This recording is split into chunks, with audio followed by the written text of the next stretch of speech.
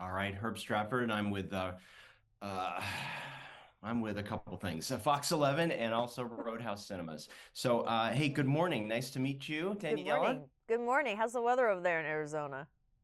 It's hot. That's what I figured. That's okay. It's early.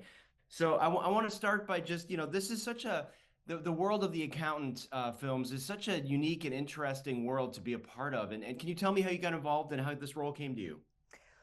Well, it came like everything does for work. It just came as an audition, and I was so hyped because I saw the first one in theaters.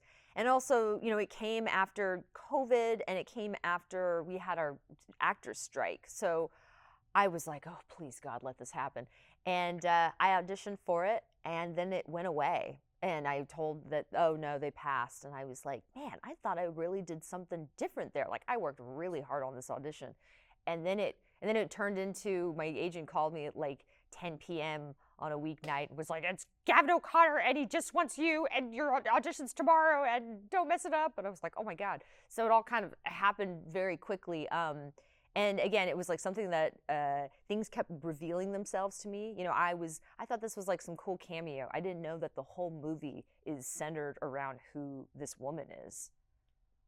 So talk about that character. It must have been such a fun character to play, this mysterious, deadly, sort of person out there, really putting everybody back on their heels because they just don't expect you to be what you are. Was that fun to play? Yeah, it was fun. It was fun because also like in movies, typically, you don't see someone who looks like me who's supposed to be scary. That's not really, I'm not usually the first pick. But also that's sort of what makes Gavin such an incredible director is like, I mean, truly, he sees things that other people do not see. And it was a departure for me as an actress because a lot of what I've done is comedy. I'm also a writer and I'm soon going to be directing my own movie.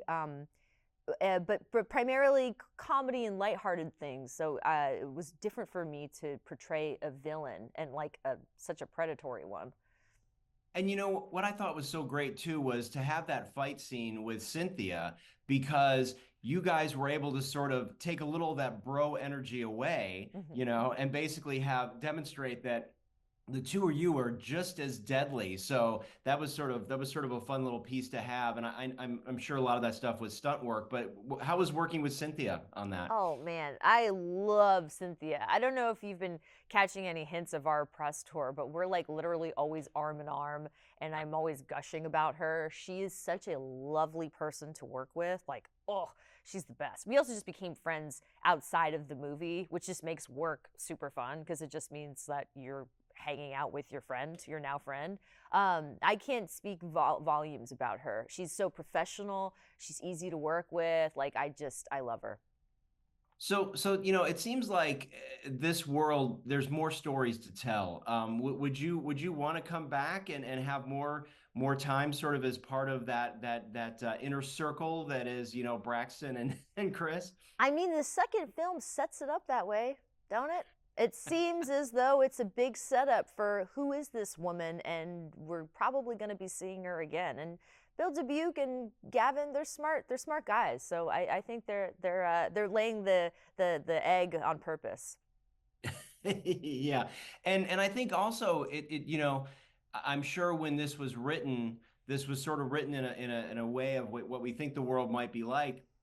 And we're really sort of there right now. So it seems so incredibly timely to have this project with all these I don't want to say ripped from the headlines, but Yeah. certainly, this is very believable. And also, unlike other things like, John Wick, which are a little bit more fantasy based, this feels really Yeah. sort of rooted in reality. And was that also attractive to you? I think it was. I think the fact that they were, tackling really big issues like sex trafficking in a way that I found very realistic and respectful to the issue and not necessarily sensationalized. I mean, that's not those aren't really subjects that are like big in action type movies, right? It's the bad guys and mercenaries and the money, but that wasn't really the through line of this film. I think because Gavin is a storyteller with a heart, and I think even though he's an action guy, he's a sensitive storyteller, which I think is why this film is doing so well because there's something in it for everybody. I mean, you're going to watch this action movie and you're also going to laugh a lot. You're probably going to be surprised how much you laugh, and you're going to cry. I mean, there's a little orange cat in it. Come on. Well, congratulations. It's a wild ride, and I hope to see you again in future installments of The Accountant. Thank you so much. Stay cool out there. Thank you. Take care.